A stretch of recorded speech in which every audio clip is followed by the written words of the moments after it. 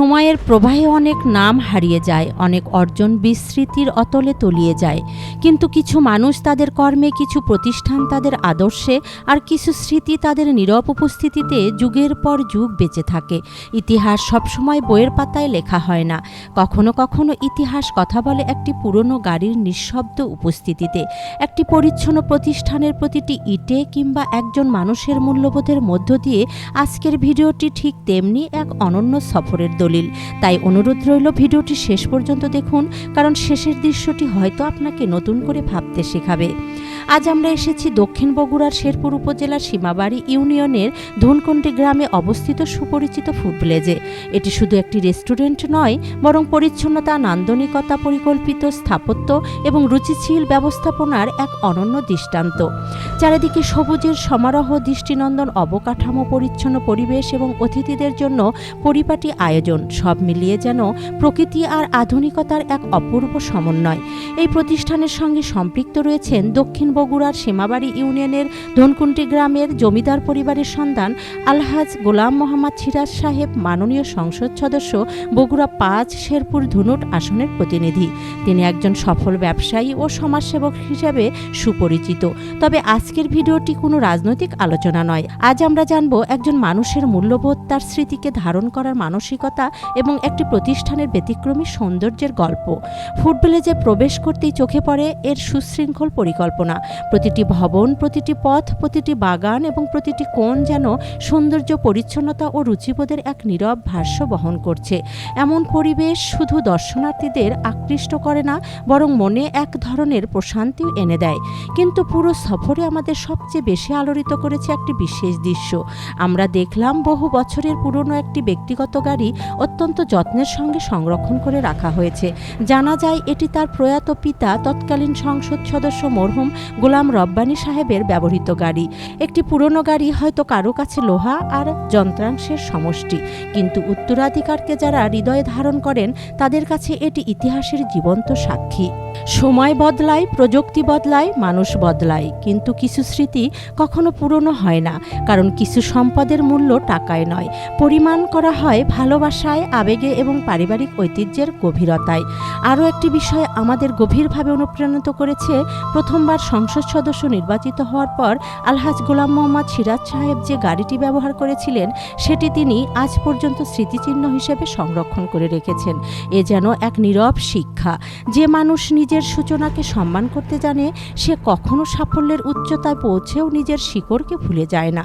স্মৃতিকে সংরক্ষণ করা মানে শুধু অতীতকে বাঁচিয়ে রাখা নয়, বরং আগামী প্রজন্মের জন্য ইতিহাসকে জীবন্ত করে রাখা। আমাদের সমাজে আমরা প্রায়ই দেখি পুরনো জিনিসকে অপ্রয়োজনীয় ভেবে ফেলে দেওয়া হয়, অথচ সেই পুরনো জিনিসই হয়তো একটি পরিবারের সংগ্রামের ইতিহাস, একটি প্রজন্মের আবেগ এবং একটি জাতির ঐতিহ্যের নীরব সাক্ষ্য বহন করে। যে জাতি তার ইতিহাসকে সম্মান করে, সে জাতি কখনো তার ভবিষ্যতের পথ হারায় না। আজকের সফরের আরেকটি গৌরবময় অধ্যায় ছিল এক আন্তরিক সংবর্ধনা অনুষ্ঠান।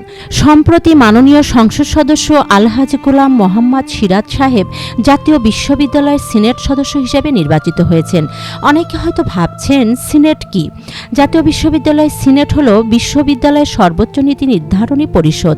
বিশ্ববিদ্যালয়ের শিক্ষা, প্রশাসন, উন্নয়ন পরিকল্পনা, বাজেট অনুমোদন, গুরুত্বপূর্ণ নীতিমালা প্রণয়ন এবং সামগ্রিক অগ্রগতির ক্ষেত্রে এই পরিষদ অত্যন্ত গুরুত্বপূর্ণ ভূমিকা পালন করে।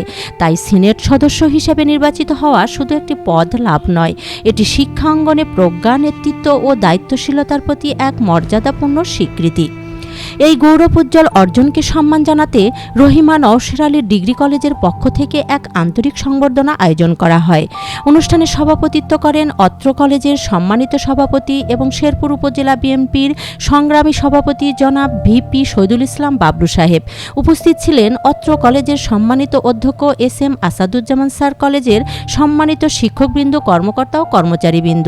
অনুষ্ঠানের এই আবেগঘন মুহূর্তে কলেজ পরিবারের পক্ষ থেকে মাননীয় সংসদ সদস্য আলহাজ গোলাম মোহাম্মদ সিরাজ সাহেবের হাতে সম্মাননা স্মারক, ক্রেস্ট ফুলের শুভেচ্ছা তুলে দেওয়া হয়। মুহূর্তটি ছিল নিছক আনুষ্ঠানিকতা নয়, বরং শিক্ষা, সৌজন্য, শ্রদ্ধাবোধ এবং পারস্পরিক সম্মানের এক অনন্য প্রতিচ্ছবি। একটি শিক্ষা প্রতিষ্ঠান যখন যোগ্যতা ও অর্জনকে সম্মান জানায়, তখন তারা শুধু একজন মানুষকে সম্মানিত করে না, বরং সমাজকে এই বার্তাও দেয় যোগ্যতা মর্যাদার দাবিদার, সততা সম্মানের অধিকারী এবং শিক্ষা জাতির সর্বশ্রেষ্ঠ শক্তি। আজকের এই সফরে আমরা শুধু একটি রেস্টুরেন্ট পরিদর্শন করিনি, আমরা প্রত্যক্ষ করেছি ঐতিহ্যকে ধারণ করার এক অনন্য দৃষ্টান্ত, স্মৃতিকে সংরক্ষণ করার এক বিরল মানসিকতা, পরিচ্ছন্নতা ও নান্দনিকতার অসাধারণ সমন্বয় এবং একটি শিক্ষা প্রতিষ্ঠানের পক্ষ থেকে সম্মান প্রদর্শনের সৌন্দর্যময় সংস্কৃতি। আপনারা এই ভিডিওটি দেখতে পারবেন ফুড ভিলেজের মনোমুগ্ধকর পরিবেশ, সংরক্ষিত ঐতিহাসিক গাড়িগুলো এবং সংবর্ধনা অনুষ্ঠানের স্মরণীয় মুহূর্তগুলো। গোলাম রব্বানী সাহেব, হ্যাঁ, ওনা কিনছিল জীবনে প্রথম এই গাড়িটা, ওনা এমপি ছিল হ্যাঁ। আগের যুগে। তো ওই সময় ওই বিশ্ব রোড পাকা ছিল না, কাঁচা হ্যাঁ। রাস্তা ছিল, হ্যাঁ। ওই সময় এই গাড়িটা কিনছিল।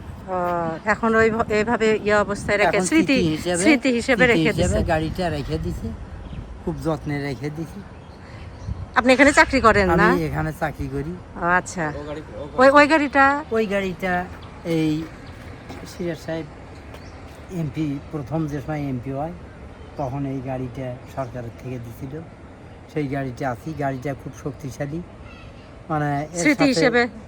এটা স্মৃতি হিসেবে না, এটা রানিং গাড়ি, এখন এটা চলে। ও এখনো চলে, এখনো চলমান। চলে। ও আচ্ছা আচ্ছা, ওই সবুজ গাড়ি, ওই নীল গাড়িটা। এই নীল গাড়িটা। ও আচ্ছা, ধন্যবাদ ভাই।